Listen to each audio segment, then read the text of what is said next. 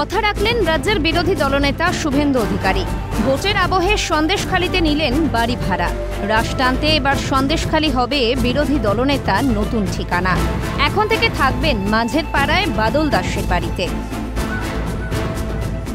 এই বাড়িতেই তিনি কিন্তু থাকবেন মানুষের আস্থা ফেরাতে।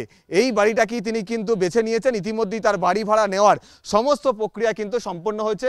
যে কোনো মুহূর্তে যে কোনো সময় কিন্তু এই বাড়িতে থাকতে শুরু করবেন শুভেন্দু অধিকারী। জমি জবরদখল থেকে ভোট লুট সহ একাধিক অভিযোগে বিদ্ধ শেখ শাহজাহান ও তার শাগরেদরা। অত্যাচারের বিরুদ্ধে রুখে দাঁড়িয়ে আন্দোলন গড়ে তুলেছেন সন্দেশখালীর মহিলারা।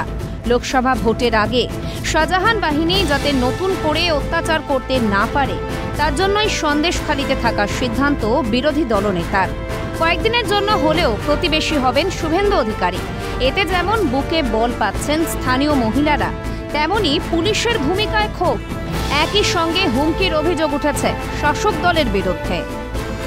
এরকম একটা মানুষ ঘরটা ভাড়া নিয়েছে, আপনাদের এখানে থাকবে, কতটা মানে ভরসা পাচ্ছেন? দেখুন, ভরসা তো পাচ্ছি।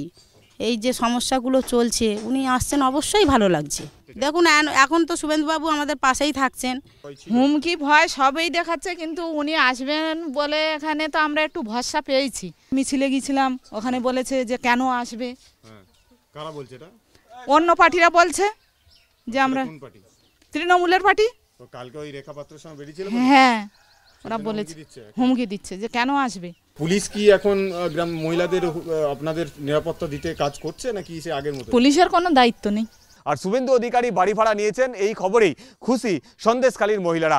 তাদের বক্তব্য, এবার তারা আস্থা পাচ্ছেন, ভোটের আগে তারা ভরসা পাচ্ছেন। কারণ ইতিমধ্যেই তারা যখন প্রার্থীর সঙ্গে বাইরে বেরোচ্ছেন তখন কিন্তু তৃণমূলের নেতারা তাদেরকে হুমকি দিচ্ছে, ফের তাদেরকে হুমকি দিয়ে ভয় দেখানো হচ্ছে।